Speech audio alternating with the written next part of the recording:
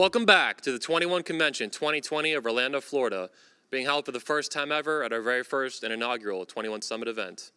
Our next speaker is the founder of Strength Camp, CEO of Strength Camp. He has over 2 million YouTube subscribers, and he's spoken twice previously at the 21 Convention and the 21 Convention First Patriarch Edition held last year in Orlando, Florida. He's a proud patriarch of 4, and I think one of the best speakers we've ever had at this convention in our entire 14-year history. Without further ado, please help me welcome back to the 21 Convention stage, Elliott Hulse. Thanks, sir.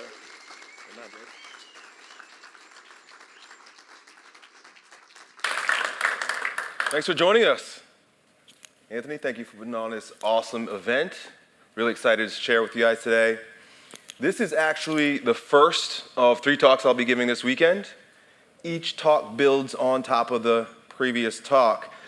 This talk, I lay the foundation for the next 2 talks, and I've got a lot of references, so I'll be reading for a good portion of it.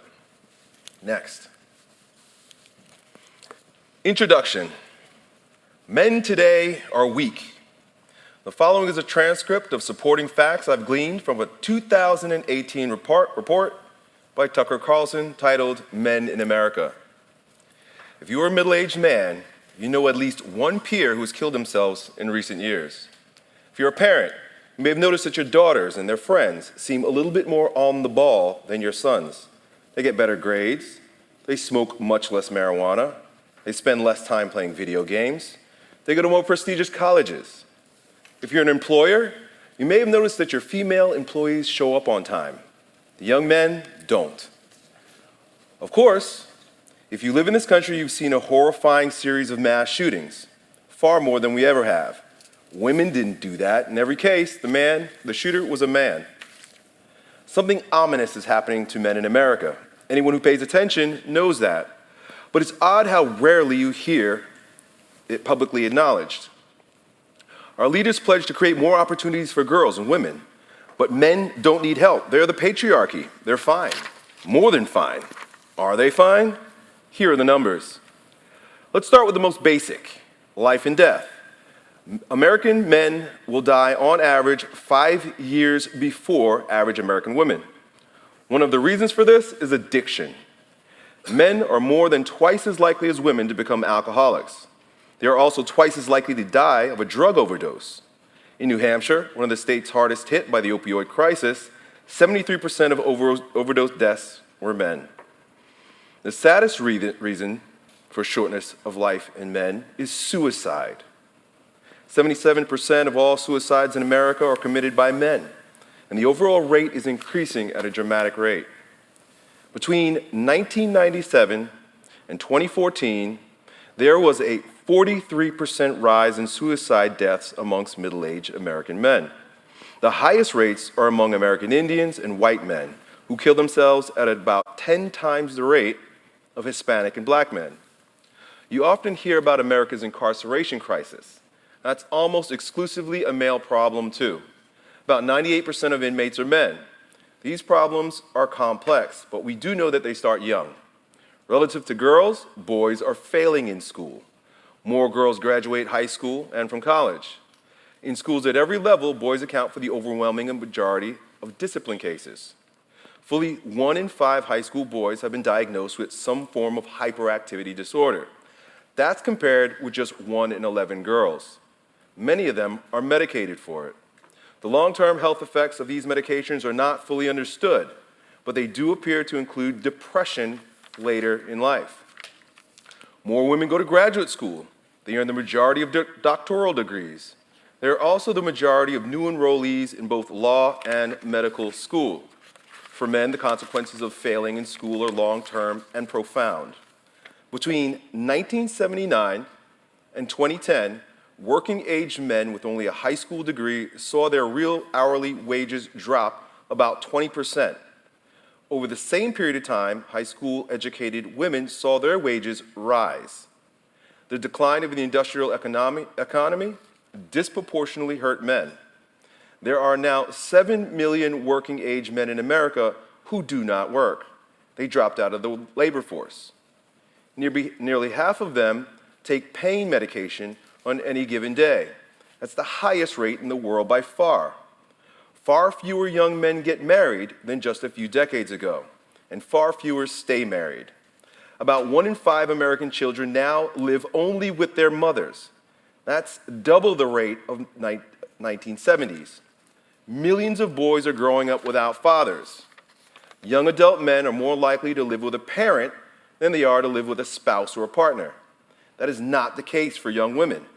Single women buy their own homes at more than twice the rate of single men. More women have driver's license. Whenever gender differences come up in public debates, the wage gap comes up. A woman makes 70 cents for every dollar a man earns. That's the statistic you'll hear a lot. Presidents have repeated it, and many candidates. It's everywhere. That number compares all American men to all American women across all professions. No legitimate social scientist would consider that a valid or meaningful measure. The number does not mean anything. It's intentionally misleading. It's a talking point. Once you compare men and women with similar experience, working the same hours and similar jobs for the same period, because that's the only way to measure it, the gap disappears. In fact, it may invert. One study using census data concludes that single women in their 20s living in metropolitan areas now earn 8% more on average than their male counterparts. By the way, the majority of managers in the workplace are women. Women on average are scoring higher on their IQ tests than men. Even physically, men are falling behind. A recent study found that half of young men fail the Army's entry-level physical fitness exam during basic training. Fully 70% of American men are now overweight or obese, as compared to 59% of American women. Perhaps most terrifying, men are becoming less male fundamentally, measurably. Sperm counts across the West have plummeted. They're down almost 60% since the 1970s. Scientists don't know why. Testosterone levels in men have fallen precipitously. One study found that the average levels of male testosterone dropped 1% every year since 1987, and that's not related to age. In other words, the average 40-year-old man in 2017 would have testosterone levels 30% lower than the average 40-year-old man in 1987. There's no upside to this trend. Lower testosterone in men is associated with depression, lethargy, weight gain, and decreased cognitive ability. Nothing like this has ever happened to a population before. What is going on, and how can we fix it? So there's no question, in every single way, as explained here, men are weak today. I'm weaker than my daddy was, you're weaker than your dad, than your granddad. In each generation, we just keep getting weaker. It's not a judgment, these are facts. We are not doing well at all, and according to what I just read here from Tucker Carlson, women are doing a whole lot better than we are. Next. So I'm here to point some things out and clear up some facts and let you know that it's not all our fault. I'm not saying we shouldn't take responsibility for various areas of our lives, but there are a lot of things going on behind the scenes that we're not being told and we're not very clear about. So in my 3-part series, beginning today, I'm going to be talking about the hidden reasons for weakness in men. That's today's talk. Got a lot of resources for that. Tomorrow I'll be talking about exposing the dark mother for the 22 Convention as it relates, and returning to the father for the Patriarch edition on Saturday. Next. The hidden reasons for weakness in men. Next. Today, we're going to go through these 3 chapters. Number 1, the predictable pattern of male effeminacy. There's a pattern of effeminacy that is built into our DNA. I'm going to talk about that. The cultural causes of collapse for masculinity today. And then number 3, feminism and the rise of the nice guy. Next. The predictable pattern of male effeminacy. Next. What exactly is meant by effeminacy in men. According to St. Thomas Aquinas, effeminacy is defined by St. Thomas Aquinas as an unwillingness to put aside one's pleasure in order to pursue what is arduous or difficult. Sloth has the same definition. What's the difference? Sloth is an aversion to what's hard. With effeminacy, it's attachment to pleasure. And I'm going to assert that there is an epidemic of effeminacy here in America and in the West. Next. According to, they're supposed to all show up there, but they're not. As expanded upon by Father Chad Ripperger, there are 4 kinds of effeminacy. Whoop, there they are. Number 1, sensual effeminacy. This is following our lower appetites, sensation over reason. Some examples include sex addiction, masturbation, sleeping in, overeating, playing video games, getting drunk, using drugs. Number 2, we have emotional effeminacy, following our emotions, feelings over reason. Examples include moodiness, mood swings, addiction to excitement and passion, good feelings, inflation, etc. Next, we have intellectual effeminacy. Various examples of, or intellectual effeminacy is actually seeking novelty, mental masturbation over resting in the truth. Examples of that are overthinking, overconsumption of books, videos, media, addiction to argument, dissatisfaction with intellectual calm. You see a lot of this in Facebook comments. Number 4, volitional effeminacy. Egoism, pride, personal will over the will of God. Examples include overworking, narcissism, doing what you want rather than doing what's right, and an unwillingness to sacrifice. Effeminacy in men. Next.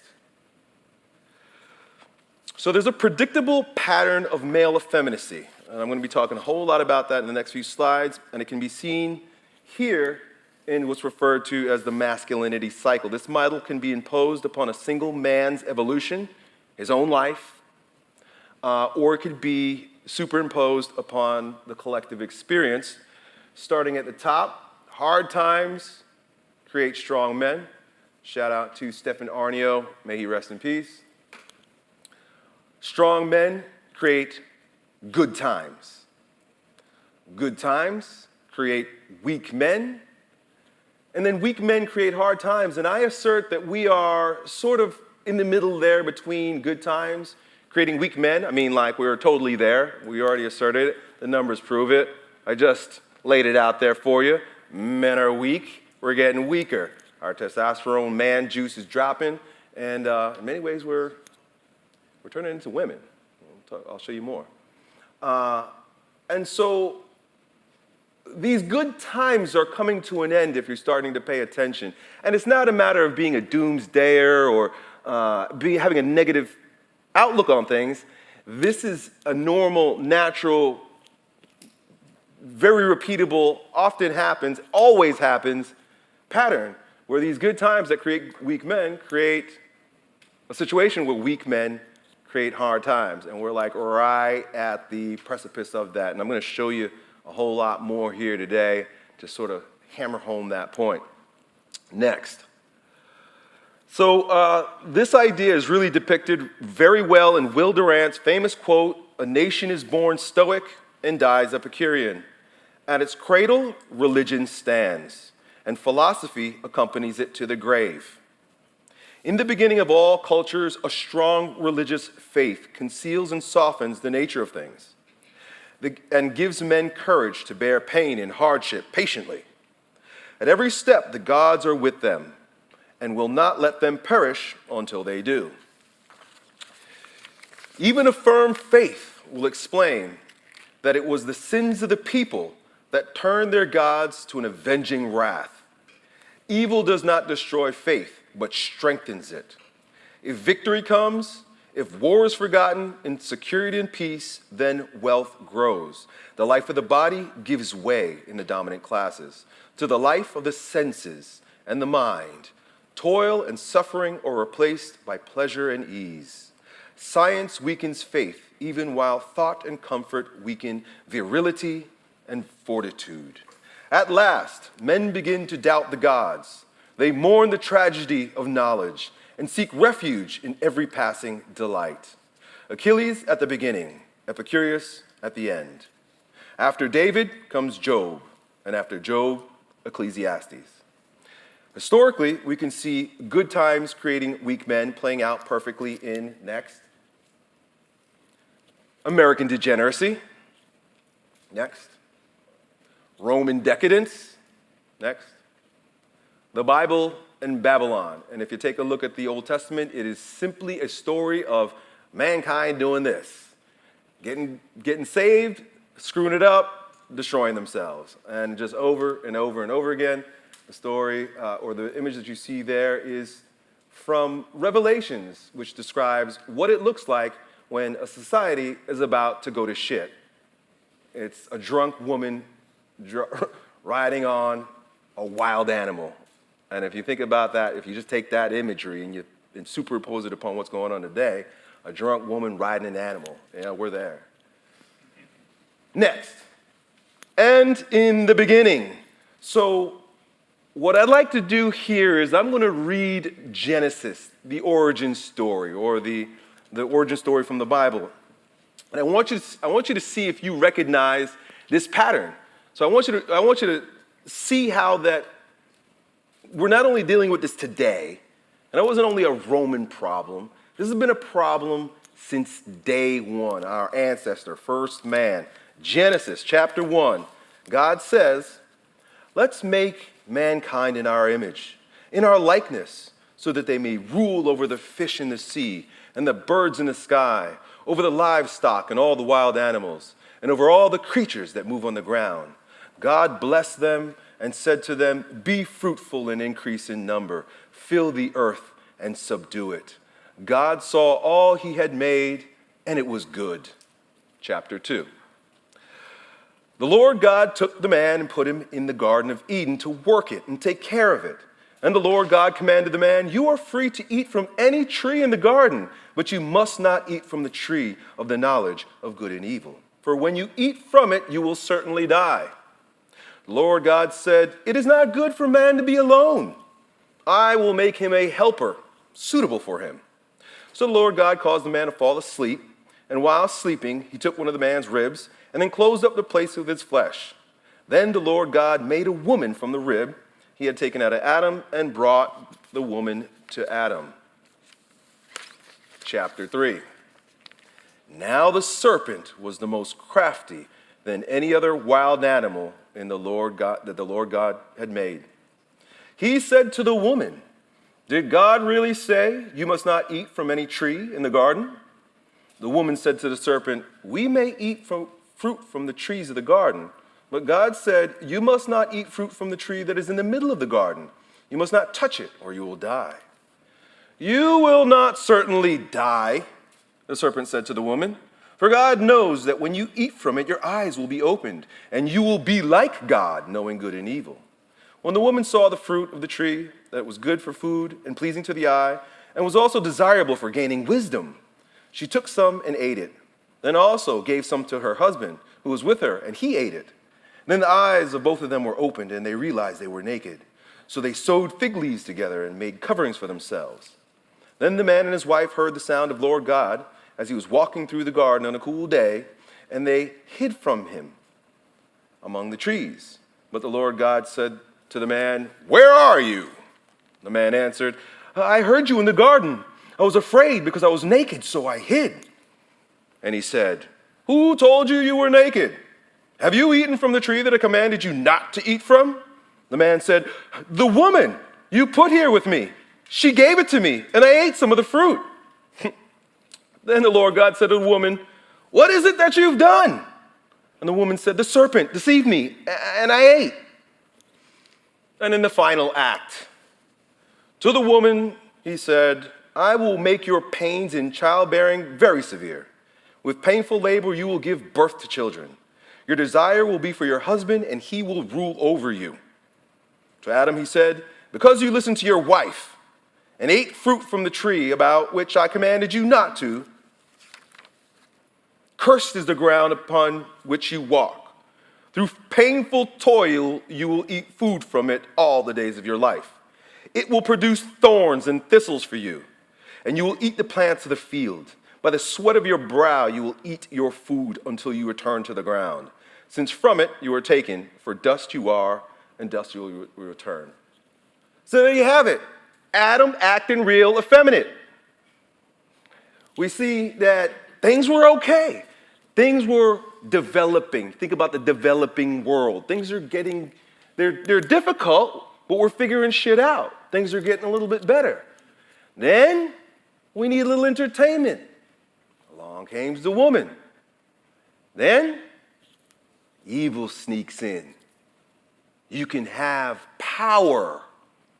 Power corrupts. Then shit hits the fan, and what does Adam do? He blames his wife. He doesn't even take responsibility for what happened. He doesn't even say, man, let me just take this in the chin. Let me just be a man about this. Let me take responsibility. I screwed up. No, he blames God and then blames the woman. He's totally freaking effeminate. So here you can see the masculinity cycle take place in the garden, but most poignantly, you see Adam, the first man, displaying a tremendous amount of effeminacy. Sensual effeminacy, he took pleasure in the apple. Emotional, following his feelings over reason. Some of the fathers say that he wanted to be with his wife more than he wanted to be with God. Which one? Intellectual, his pride in gaining forbidden knowledge. There's a reason why God didn't want him to know the things that ultimately corrupted him and us. And volitional, following his own will,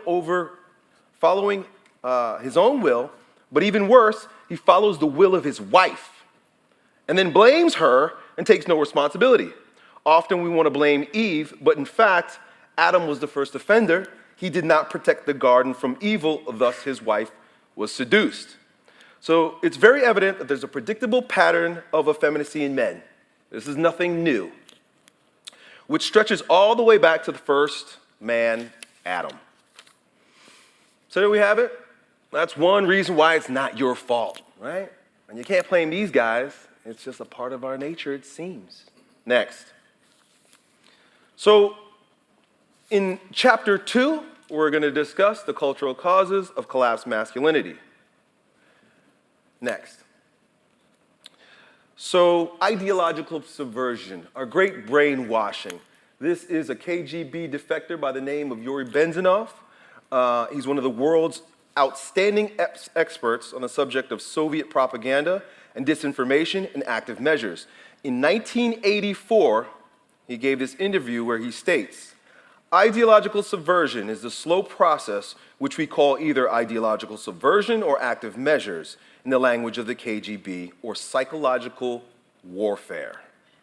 What it basically means is to change the perception of reality of every American to such an extent that despite the abundance of information, no one is able to come to sensible conclusions in the interest of defending themselves, their families, their community, or their country.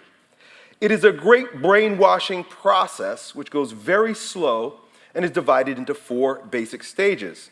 The first one being demoralization. It takes from 15 to 30 years to demoralize a nation. Why that many years? Because this is the minimum number of years required to educate one generation of students in the country of your enemy. In other words, Marxism, Leninism ideology is being pumped into the soft heads of at least 3 generations of American students. From another interview, he expands on demoralization, because this is key. We're totally in this demoralized state. This is the process which can take about 15 to 30 years to perform. During this stage, the moral fiber and integrity of the country is put into question, thereby creating doubts in the minds of the people. To do so, manipulation of the media and academia is required to influence young people. As the younger generation embraces new values, such as Marxism and Leninism, the older generation slowly loses control simply through attrition. Again, true facts no longer matter during this stage, but rather creating perceptions are paramount. He continues, without being challenged or counterbalanced by the basic values of Americanism, American patriotism, The demoralization process in the United States is basically completed already for 25 years. And this was 1983. Actually, it's overfulfilled because demoralization now reaches such areas where previously not all the experts would have dreamed of. It's been such a tremendous success because most of it's done by Americans to Americans thanks to a lack of moral standards, as I mentioned before. Exposure to true information does not matter anymore. A person who is demoralized is unable to assess true information. The facts tell nothing to him. Even if I show him information with authentic proof, with documents, with pictures, even if I take him by force to the Soviet Union and show him concentration camps, he will refuse to believe it until he receives a kick in his fat bottom. When a military boot crushes his balls, then he will understand, but not before. That is the tragic situation of demoralization. In order to better understand who and why this demoralization has taken place to such a great extent that we have an epidemic of effeminate men in America and the West, first, we'll take a look at the history and the philosophy of Marxism-Leninism. Next.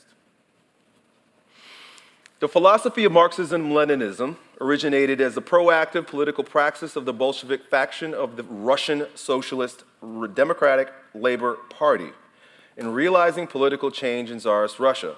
Leninism allowed the Bolshevik Party to assume command in the October Revolution in 1917. For the next few slides, I will be referencing Spreading the Errors of Russia, a YouTube video by Sensus Fidelium. Marxist theory taught that when a great war finally broke out between the nations, the working classes would unite and overthrow the governments. Because according to Marxist theory, the workers of the world have much more in common with each other than they do with the bourgeoisie or the ruling class in their own countries. But when World War I broke out, the workers of the world did not unite with one another. They fought each other. The British working men fought Great Britain. The French working man fought France. The German working man fought for Germany, and so forth. Not surprisingly, it turned out that any given working man was more loyal to his country than he was to the counterparts from other countries. From a Marxist perspective then, World War I was a colossal flop. In 1917, the Marxists finally seized power in Russia. It looked like the theory was working, but it did not spread after the war. So a series of attempts were made to spread the revolution. There was a briefly lived Soviet Republic of Bavaria. They held power for 6 months in 1918. In 1919, the communist uprising in Berlin. In 1919, the Soviet Republic of Hungary, which held up for 133 days. But once again, the workers didn't support these. So the Marxist regimes were quickly closed. Something was wrong. Marxism had a problem. It wasn't working. So what to do? Next. Cultural Marxism. Independently, two Marxist theorists, George Lucas of Hungary and Antonio Gramsci of Italy, came up with the same solutions and are credited with being the fathers of Western version of Marxism. It's called Cultural Marxism. They both taught that communism was impossible in the West until both Western civilization and Christianity were destroyed, since they blinded the working class to its true Marxist intents. George Lucas recognized the great obstacle to the creation of a Marxist regime was Western civilization itself. He said, "I can see revolution and destruction of society as the only solution for a worldwide overturning of values. This cannot take place without the annihilation of the old values and the creation of new ones." So there in a nutshell, we have the agenda of cultural Marxism explained by one of its creators, George Lucas. Antonio Gramsci, the other creator of cultural Marxism, argued that the West would have to be de-Christianized by means of what he entitled the long march to the institutions. What he meant by this was that the culture must be the new battleground, and that all the barriers to the acceptance of Marxism must be removed or reconfigured according to Marxist principles. All cultural barriers to accept Marxism should be reconfigured starting with the family, i.e., perverting gender roles, removing the rule of the father. going through the churches, the arts, cinema, theater, literature, science, history, entertainment, schools, colleges, universities, seminaries, civic organizations, the organs of mass media, newspapers, magazines, radio, television, and so forth. We're there. Next. So what basically happened?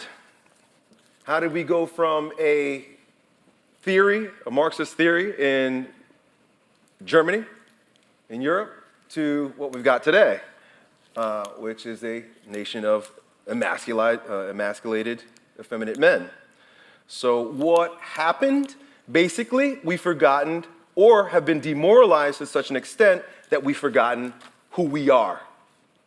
Our common principles, even the things as basic as what it means to be a man and what it means to be a woman, are completely lost. That's how perverted we've become. That's how demoralized we've become through this ideological subversion that most of us don't even know what's going on. And there's a lot of people that support this and love this shit. Quoting the great historian Christopher Dawson, who reflected on the consequences if society were to lose its common principles and ideals, this is what would happen. It is easy enough for an individual to adopt a negative attitude of critical skepticism. But if the society as a whole abandons all positive beliefs, it becomes powerless to resist the disintegrating effects of selfishness and private interest. Every society rests in the last person on the recognition of common principles and common ideals, and if it makes no moral or spiritual appeal to the loyalty of its members, it must inevitably fall to pieces. So here we are watching what little remains of Western civilization and masculinity completely falling to pieces, or more accurately, being smashed to pieces, which is the explicit goal of cultural Marxism. It's working real well. So a deeper question is, how do we move from Marxist theory in Germany to a total annihilation of American and Western masculinity? How did we get here? Next. Now this rabbit hole goes very deep. This is a lot of information. Since time is short, we're going to focus for just a moment on the Frankfurt School. George Lucas, we mentioned before, played an important role in the founding of the Frankfurt School in Germany. The school was founded in 1923 with a primary goal of translating Marxism from economic terms and political terms into cultural terms. The Frankfurt School may have turned out to be a little more than a historical oddity had Hitler not come to power in 1933. Given that every member was not only a Marxist but also Jewish, they fled Germany with the help of Columbia University. The school reestablished itself in New York City, at which point they shifted their focus from destroying traditional Western culture in Germany to destroying it in the United States. They believed there are two kinds of revolutions, political and cultural. They kept their focus on the Cultural Revolution. One of its members comments, "One can rightly speak of a cultural revolution, since the protest is directed towards the whole cultural establishment, including the morality of existing society. There is one thing we can say with complete assurance. The traditional idea of revolution, the traditional strategy of revolution, has ended. The ideas are old-fashioned. What we must undertake is a type of diffuse and disparate disintegration of the system." With reference to the system, meaning patriarchy, church, patriotism, country, and paternity, father and family, all derived from the root word pater, meaning pattern, meaning father. If you want to destroy a culture, you take out the father, the pater, its root pattern. They also recognized that the working class in America was not going to lead a Marxist revolution because it was becoming a part of the middle class. America was doing great. We had no beef, nobody. Becoming a part of the middle class or the bourgeoisie, the great middle class in America. Who then would lead a revolution in the 1950s? Herbert Marcuse answers, the coalition will be made up of blacks, students, feminist women, and homosexuals. By crossing Marx with Freud, they invented something called critical theory. Today you hear it called critical race theory. Critical theory involves making the most destructive criticisms of every possible cultural norm in order to destroy the current social order. That's its purpose, as is Marxism. For example, anyone who is successful or holds a position of power is labeled as an oppressor. Those who are not successful are victims. Also, someone who defends the notion that there's actually different social roles for women and men, they're a male chauvinist or a misogynist. Strong men, alpha males, fathers are the patriarchy. They're tyrants, and so on. Over time, their influential writings continue to pour out contempt on the different institutions, the traditional family, the churches, the arts, cinema, theater, literature, science, history. It's everywhere. In institutions of so-called higher education, cultural Marxism was more commonly known as multiculturalism and more loosely known as political correctness. And this is where we are. The Frankfurt School also adopted techniques of psychological conditioning. Today, for example, if the foot soldiers want to do something like normalize transsexuality, they don't argue the point philosophically. They just make Bruce Jenner into a woman, next, and put him on the cover of Vanity Fair magazine and call you a racist if you don't agree. Woman of the Year. To note that, the Frankfurt School men, the men that created the Frankfurt School, spent the war years in Hollywood. If you think Hollywood is not totally corrupt, think again. Next. Timothy Matthews in The Conspiracy to Corrupt summarizes specific recommendations of the Frankfurt School. Number one, the creation of racism offenses. You gotta turn people against each other. Continual change to create confusion. How many genders are there? The teaching of sex and homosexuality to children. I saw one of my students sent me a pamphlet of sorts that they're using in schools teaching children how to have butt sex. The undermining of schools, teachers, and authority. Everybody is a revolutionary. Everybody hates authority. Everybody thinks they're a rebel. That it's laughable at this point. Huge immigration to destroy identity. There's a reason why. The promotion of excessive drinking to destroy our bodies, to effeminate men. Emptying of churches because churches represent the patriarchy, represent pattern, represent authority, represent an important part of what builds Western civilization. You got to destroy it. And the church today is totally effeminate. In every regard, it's an apostate. Unreliable legal system, dependency on the state and state benefits, control and dumbing down the media, encouraging the breakdown of the family. I mean, which one of these hasn't totally taken grip in our culture? None of them. We're there. So given that our focus today is on the degeneration and degradation of masculinity, I highlighted number 11, encouraging the breakdown of the family, because this is what we're focusing on here. Why men are effeminate. What the hell is going on? Next. We'll take special note of their plan, the cultural Marxist plan to encourage the breakdown of the family, since fatherless boys are extremely affected by the degenerate culture. There's no question about it, and I'll show you more. One of the main ideas of the Frankfurt School was to exploit Freud's idea of pansexualism, the search for pleasure, the exploitation of the differences between the sexes, the overthrowing of traditional relationships between men and women. To further their aims, they would attack the authority of the father, deny the specific roles of father and mother, wrest away from the families their right as primary educators of their children, abolish differences in education of boys and girls, abolish all forms of male dominance, hence the presence of women in the armed forces, declare women to be an oppressed class and men to be oppressors. Next. Satan's plan from the beginning. So let's return for a moment to the garden. What we're dealing here with is a spiritual battle, and it was Satan's plan from the beginning in the first book of Enoch, chapter 69, which describes how the fallen angels came to earth. And the third was named Gadriel. This is the one that showed all the deadly blows to the sons of man. And he led astray Eve.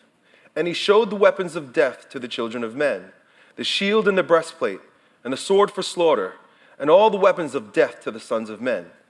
In the Garden of Eden there were many trees, but only one, the tree of the knowledge of good and evil, that was forbidden by Yah, or God. In the beginning was the truth, and the warning against false doctrine from the father of lies. From this tree comes everything within our fallen world. The lie told in the Garden of Eden is the same lie being told today. The tree of knowledge represents false doctrine. This is also the tree of knowledge in Jewish mysticism, or Kabbalah, which is the foundation for esoteric Freemasonry. Some people associate this with the Illuminati, or the deep state, or shadow governments, or what some people are calling the Cabal. If you look closely enough, you might see a connection between Jewish mysticism, the Kabbalah, Freemasonry, the occult, Marxism, communists, and the culture of death. That's a rabbit hole you can choose to go down on your own time. If you're so inclined, I'd be happy to discuss it with you later if you'd like. But one thing is for sure, next, communism is from hell. Communism is the end game of Marxism. And Gadriel, from the kingdom of Satan, is the one who showed the weapons of death to the children of men. This is false doctrine designed to destroy us since the beginning. Here you see how over 100 million people have been killed, have died over the past 100 years in countries that have adopted communism. And make no question about it, we're headed down this path. 2020 is a monumental year. We got a crazy election coming up, and it's going to weigh heavily on whether we keep edging in this direction towards Satan's plan for cultural Marxism to continue to brainwash and destroy us, and the inevitable unfolding of the plan to turn the world into one world communist society. And you got to take down America. America represents the father in the world, the leader in the world, the strong man in the world. And a big part of the reason why we're so hated, and Donald Trump is so hated, is because you can't have that. You can't have strong men if you want a world that will yield to the blows of Satan. And, we got a lot of countries that have done it. We might be next. Next. Feminism is also from hell.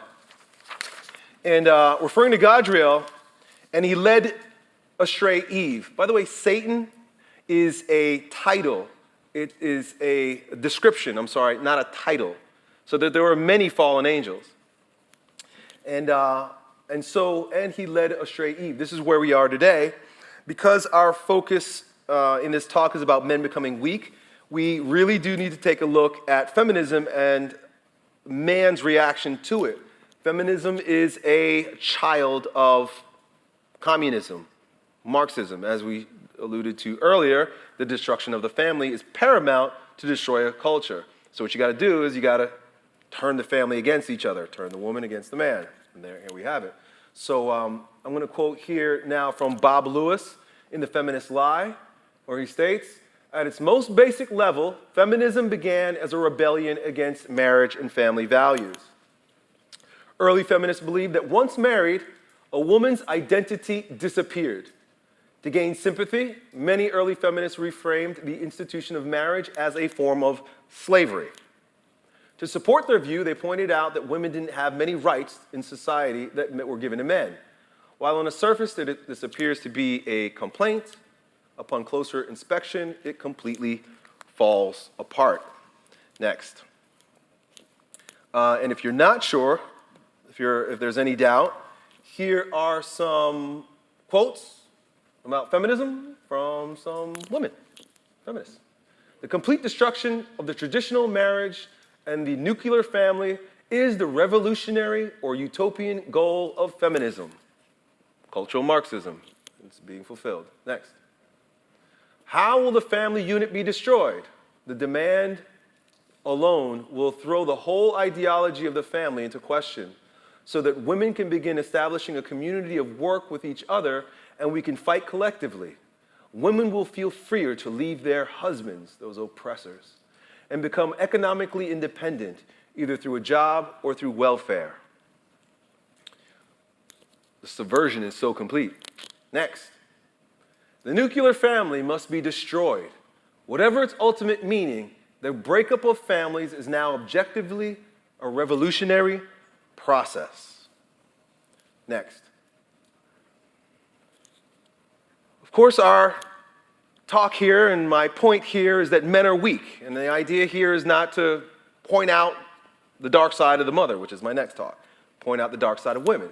It's to show how the subversion, the overtaking of cultural Marxism, and the move towards communism and its children, atheism and feminism, brings us to the place where we've got these issues. There's no question, fatherlessness makes men weak. All of these are reasons why the things I read from Tucker Carlson earlier are true. There's no doubt that the breakdown of the family and fatherlessness contributes greatly to the weakening of men over the last 60 years. The graph on the left shows trends since the 1940s to the 2000s. Now, I know that's hard for you to read, but you don't have to. You can just look at the upward trends there, starting at the top. Birth rates to unmarried mother, all the way to the left, that's the 1940s, all the way to the right, 2000s. Divorce rates, all the way to the left, 1940s, all the way to the right, 2000s. Female head of household, 1940s to the left, 2000s to the right, and then here's the cherry on top. Incarcerated Americans, which are 93% male, 1940s to 2000s. So we see that the breakdown of the family is horrible in multiple different ways, but it is a direct reason why men are in jail, men are suffering, the breakdown of the family. So the one on the right, of course you can't read that, but I put it there and I can read it for you here. The graph on the right shares some statistics about fatherlessness. It reads, there is a crisis in America according to the U.S. Census Bureau. 19.7 million children, more than 1 in 4, live without a father in their home. Consequently, there's a father factor in nearly all of societal ills facing America today. Research shows when a child is raised in a father-absent home, he or she is affected in the following ways. 4 times greater risk of poverty, more likely to have behavioral problems, 2 times greater risk of infant mortality, more likely to go to prison, more likely to commit a crime, 7 times more likely to have teenage pregnancy, more likely to face abuse and neglect, more likely to abuse drugs and alcohol, 2 times more likely to be obese, 2 times more likely to drop out of school. The 2 times more likely to be obese. Has anybody seen this meme going around with Arnold Schwarzenegger's 2 sons?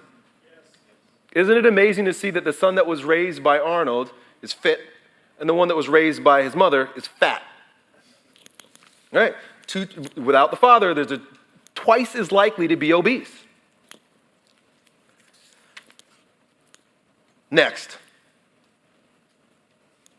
Third and final chapter, feminism and the rise of nice guys. So this is now, we went big picture, right? Adam and Eve, we talked about cultural Marxism, we talked about feminism, but now we're getting closer to you guys and what this actually ends up looking like in the lives of basic men. Next.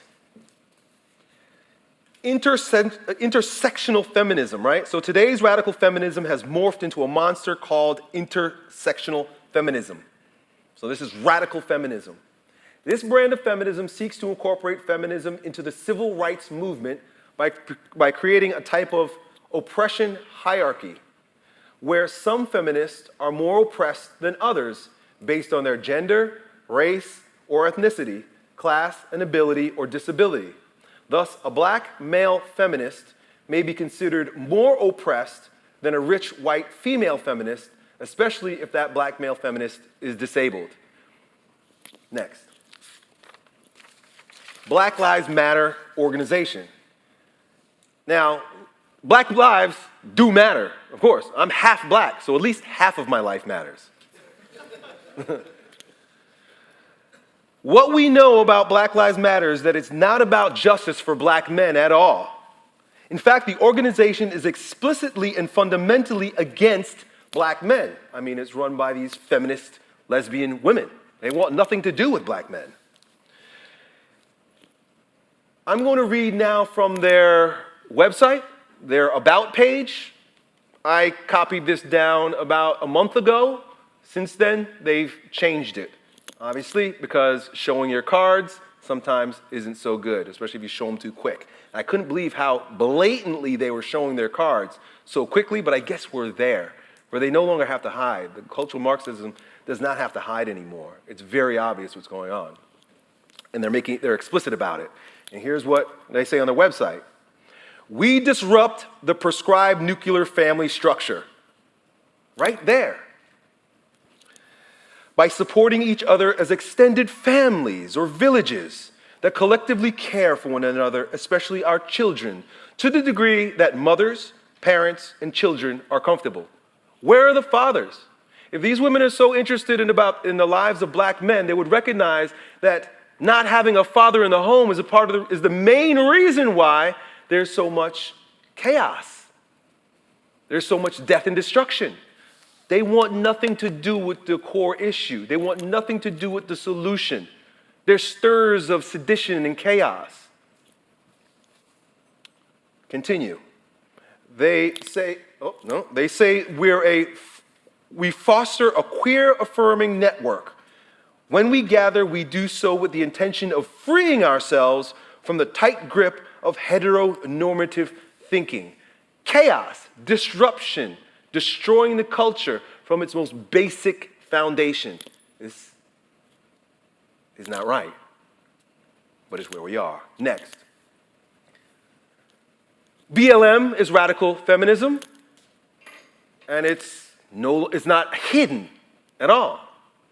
You heard the objective of cultural Marxism?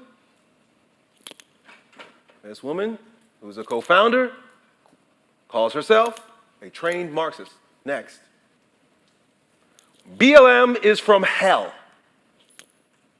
Co-founder discusses groups' occult practices invoking spirits. African ancestral worship. Okay. Next.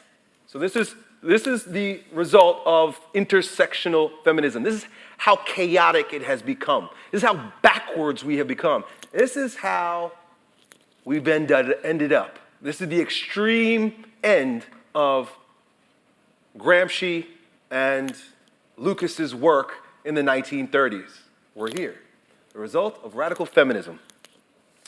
2020 has allowed radical feminism to show its true colors, reveal its true motives, and unfold its satanic plan to create chaos and havoc in America under the guise of social justice. It's a lie. If there has been any doubt about the intentions of Marxism, socialism, and feminism, it should now be very clear. Next. If we go back to feminism, or we go back to the Frankfurt School, you'll notice that the stated objectives of the Frankfurt School, feminism seems to encourage each one of them. It's supposed to, that's the point. I've highlighted the ones that are most obvious. The creation of racism offenses, intersexual feminism. You gotta pin everybody against everybody else and create as many different factions and complaints as you possibly can. That's what it does. That's what critical theory does. That's what its point is. Continual change to create confusion. Once again, how many genders do we have? Feminism. The teaching of sex and homosexuality to children. Feminism. The undermining of schools, teachers, and authority. That's sort of neutral, but if you consider the father authority, feminism. Huge immigration to destroy identity, feminism. The promotion of excessive drinking, at least in women. I saw a meme the other day that said, women today will drink like your father, but they can't cook like your mother. Emptying of churches, feminism. An unreliable legal system. And the emptying of churches, when I say feminism, the church is totally effeminate. from the Catholic churches right through pretty much every denomination. The unreliable legal system, if you think about divorce rate, divorce courts, totally unreliable, feminism. Dependency on the state and state benefits, welfare, feminism. Control and dumbing down of the media in America, just watch. How is it the Ghostbusters are all of a sudden women? Why is every superhero a woman now? It's laughable. It's like men are weaker now, and we need women to save us. Feminism. Encouraging the breakdown of the family, obviously, feminism. Next. Now, you got to understand here that I'm not picking on women at all. I got 3 daughters. I've been married to my wife for 18 years. We've been together since we were 14 years old. I love women. But you got to understand, this has to be pointed out because you got to point evil out when evil is present. It doesn't matter who feelings you hurt as a result. A big part of the problem with cultural Marxism in our culture right now is that political correctness has got us all biting our lip. We got to call it like it is. And the fact is, feminism hurts women also. Pulling from Greg Adams' book, De-Evolution, Feminism's Reverse Engineering of the American Woman, 60 million abortions since 1973. Abortion is baby killing. If you call it what it is, you'll start to think about it the way you should think about it. It's pure, straight up baby murder. I don't care how you twist it, what kind of special terms you give to it, it's women killing babies in the womb. And it's a evil, evil practice. 52% of women are single. Well, what does that mean? 25% of them are on mental health medication. 45% of American children are born to unwed mothers. 67% of marriages end in divorce, and 80% of the divorces are initiated by women. 93% of alimony is paid from men to women, and 83% of women receive primary custody of their children. If you're a woman and you're listening to that, you might say, wow, that sounds great, but check this out. 72% of the inmates in state prisons were raised by single mothers. You're not doing a good job by yourself. You weren't meant to do a good job by yourself. You need us. Next. Nice guy syndrome. This is the man's reaction to feminism, because we've basically taken it in the butt. Nice guy syndrome is the sad reaction to feminism by the modern emasculated man. In order to elaborate, I'm going to read a few pages from chapter 1 in the Iron John book about men. During the 60s, another sort of man appeared. The feminist movement encouraged men to actually look at women, forcing them to become conscious of concerns and sufferings that the 50 male labored to avoid. As men began to examine women's history and women's sensibility, some men began to notice that there was a female side within them and started paying attention to it. This process continues to this day, and I would say that most contemporary men are involved with it in some way. There's something wonderful about this development, and yet I have the sense that there's something wrong. The male in the past 20 years has become more thoughtful and gentle, but by this process, he's not become more free. He's a nice boy who pleases not only his mother, but also the young woman he's living with. In the 70s, I began to see all over the country a phenomenon we might call the soft male. Sometimes, even today, when I look out in an audience, perhaps half the young male are what I would call soft. They're lovable, valuable people. I like them. There's a gentle attitude towards life in them and their whole being, but many of them are not happy. You quickly notice the lack of energy in them. They are life-preserving, but not exactly life-giving. Ironically, you often see these men with strong women who positively radiate energy. The strong or life-giving woman who graduated from the 60s, so to speak, or who have inherited an older spirit, play an important role in producing this life-preserving but not life-giving man. I first learned about the anguish of soft men when they told their stories in early men's gatherings. When the younger men spoke, it was not uncommon for them to be weeping within 5 minutes. The amount of grief and anguish in these younger men was astounding. Grief flowed from their trouble in their marriages and their relationships. They had learned to be receptive, but receptivity wasn't enough to carry their marriages through troubled times. In every relationship, something fierce is needed once in a while. Both the man and the woman need to have it. But at the point when it was most needed, often the young man came up short.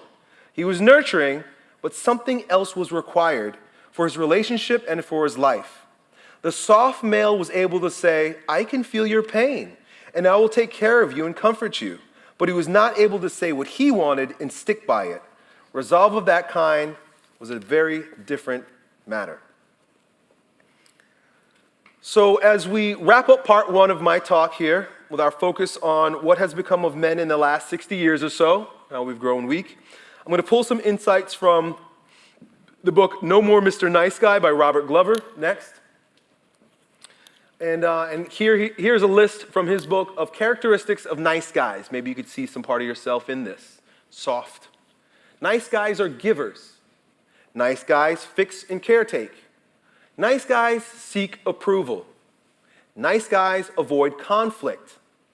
Nice guys hide their flaws. Nice guys repress their feelings. Nice guys try to be different than their fathers. Nice guys are more comfortable relating to women. Nice guys don't make their needs a priority. Nice guys make their partner their emotional center. Next.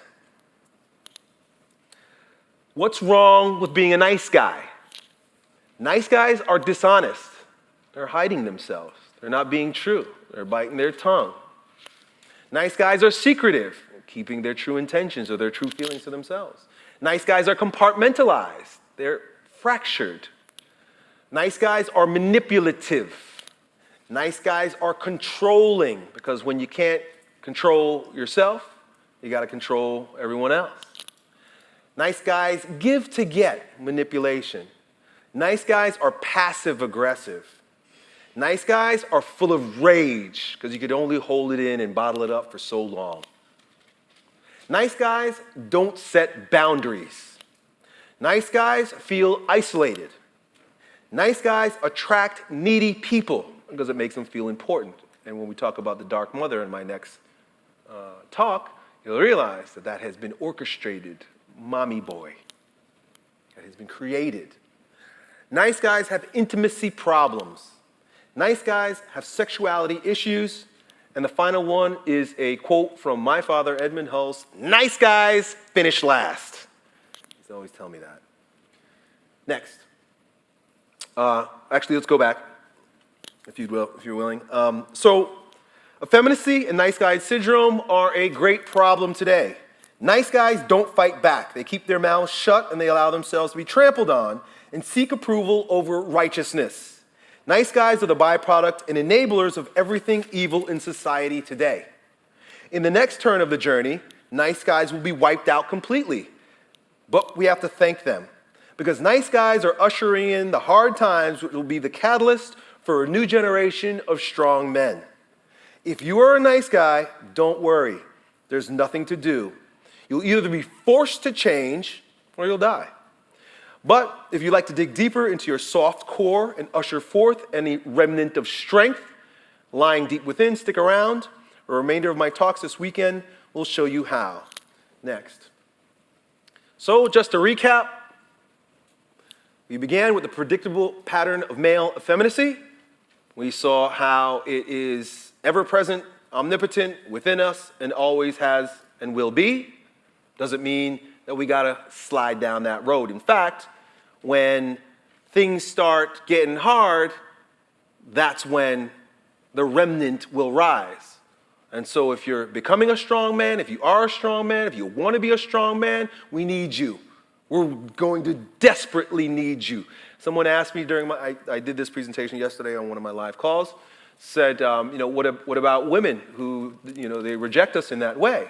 Well, guaranteed when shit hits the fan, women will very quickly recognize their place. There will be no question, because they will require what? Strong men to do the providing, to do the protecting, because the make-believe, disintegrated, demoralized world that we live in right now, which is so fake. We live in such a fake world. Everything's so fake. It's made up. Stephen Arnio says in his book, Hard Times Create Strong Men, that when times are good, everybody wants mommy in charge. And I got kids, so I recognize that. Times are good, everybody wants mommy in charge. Everything's okay, mommy. Everybody looks to mommy. When times are bad, when there's a crisis in the home, when there's something hard going on, everybody turns to daddy to fix it. You'll recognize this in your own home, as I do, and we'll recognize it as a society. And then finally, my second was, I talked about the cultural collapse or the causes of class masculinity. We spoke about ideological subversion, the great brainwashing that has been going on over the past 70 plus years. We talked about cultural Marxism and its plan to destroy the West, take over the entire world, really, but it doesn't do it with bombs and bullets. It does it with media, through Hollywood, through the music. The music is horrible. It destroys us. It does it through all the institutions, as Gramsci said, the long march to the institutions. Destroy the schools, and the schools are destroyed. Destroy the schools, destroy the churches, destroy the media, so on and so forth. So we see that we've taken it, hook, line, and sinker. Big part of the reason why we're effeminate. I would also add to that the tremendous amount of pollution that has our testosterone levels dropping. And then feminism and then intersectional feminism or radical feminism as the long arm of this subversion, the long arm of cultural Marxism, and how it has created a generation of nice guys where we're all really suffering and the whole world is suffering in a myriad of different ways. Next. And so that's it. That's my talk. Thank you for sticking around and listening to me as I read from my notes. First time doing something like that. I'm usually a lot more animated out behind the thing. But I'll stick around for the next 10 minutes. If you guys got any questions about anything I said there.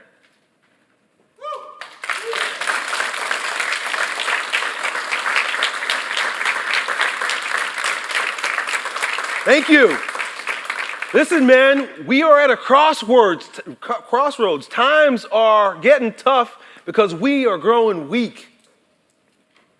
And it is not your fault. Like I said, this has been a great brainwashing. You've got to question everything you've been told.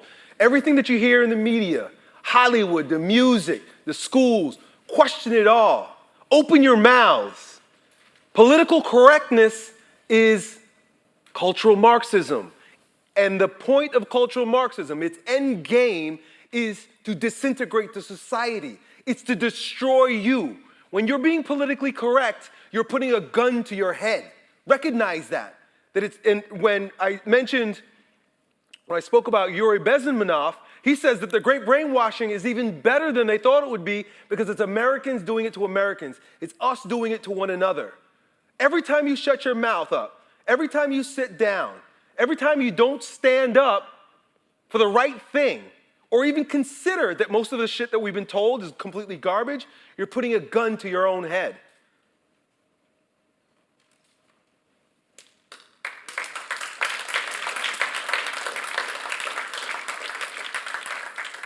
We're not going to survive. And so, through this, it's my conviction and my intention to raise up whatever remnant is left in the generation that we're currently living through with regard to men. We've got to grow stronger. Otherwise, you saw the 100 million people die in the past 100 years. We're going to very calmly, easily tuck our tails under and march off to our demise. Get on those trains as they take us to concentration camps. In the same way that nobody questions anything about what's going on in the streets or with this virus these days, you're not going to ask any questions when they ask you to go into the gas chamber. You become way too soft, man. So, of course, I got a lot to say about that, but once again, I'm open. They called me Yo Elliott. For 10 years on YouTube, people ask me questions. That's how I became who I am. I like answering questions, so make something up. Yes, sir. I don't care what you do as long as I can hear you.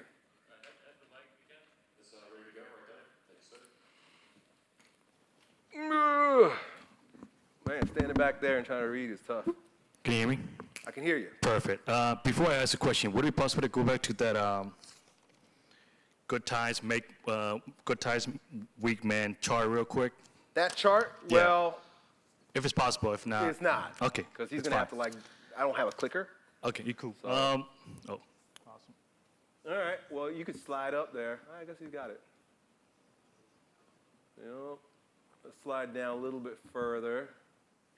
There, right there, right in the middle. Okay, cool. Perfect.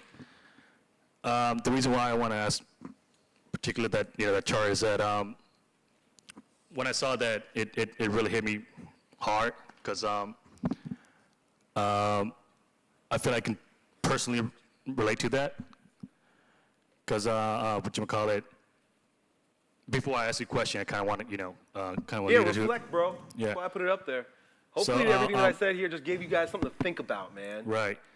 So I guess I wasn't in 4 years relationship.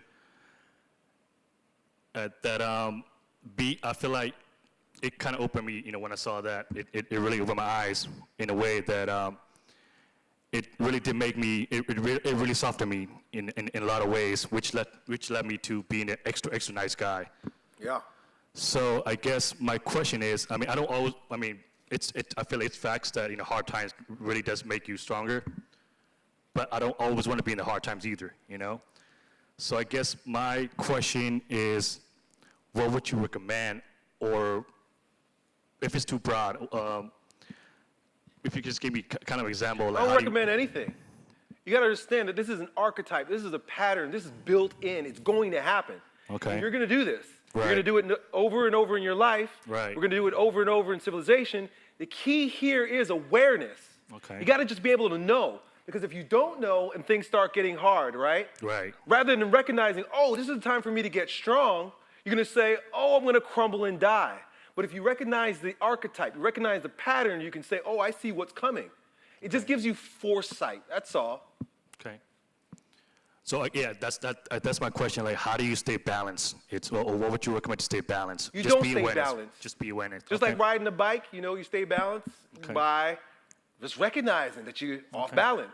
Gotcha. Recognizing that this is what it is and it will always be what it is. Okay. And you just got to be able to see it. Awareness is transformative in and of itself. Okay. You don't have to do anything about it, but you need to know about it. Does that make sense? Yeah, gotcha. You'll know what to do when it's time to do it. Don't Okay. try to do it before it's time to do it. Got it. The fact is that you recognize that it's coming, you'll be able to face it. Okay. Most people are fucking blindsided by this stuff. Right. Yeah. Okay. That kind of answers my next question. I use myself, for example. My life it was hard. Children, a family, trying to grow a business, bankruptcy, losing my house, whole lot of shit. Okay. Things got easy, and I got soft, Right. That's like what happened right? to me. I Yeah. recognize it in myself, but I know it ain't gonna stay that way. Right. It can't stay that way. No, it did not. And so I always prepare for when shit hits the fan again. You see what I'm saying? I'm Okay. always just watching. Gotcha. That's it. Just You have gotta to stay self-awareness. aware. Okay. Awesome. Thank you. You got it, bro. That's all the time we have. Give it up one more time for Elliot Hulse.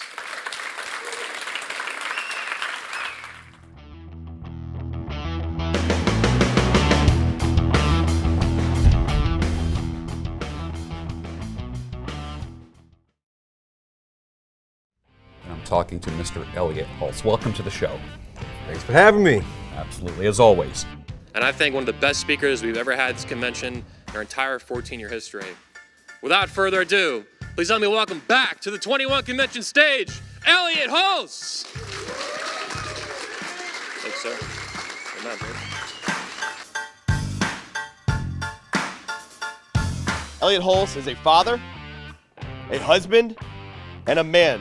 A man who inspires men, a man who helps men be good at being men. And today, he's gonna help you become a better patriarch and set yourself up for success. So let's give it up for Elliot Hulse. Thanks, bro. Patriarchy is the future. He actually has over 2 million followers. He's one of the biggest YouTubers in Florida and the United States, around the world. an amazing man, a strong man, and a strong father. Anyway, without further ado, please let me welcome for the first time ever to the 22 Convention stage, Elliot Hulse. Thank you, sir. One last point that I want to make that was really what broke my heart was to discover that feminism, which sound to most people in our world like some sort of a good thing, a progressive thing, ultimately is the agenda is to break down the family, destroy the family. It's the stated purpose of feminism.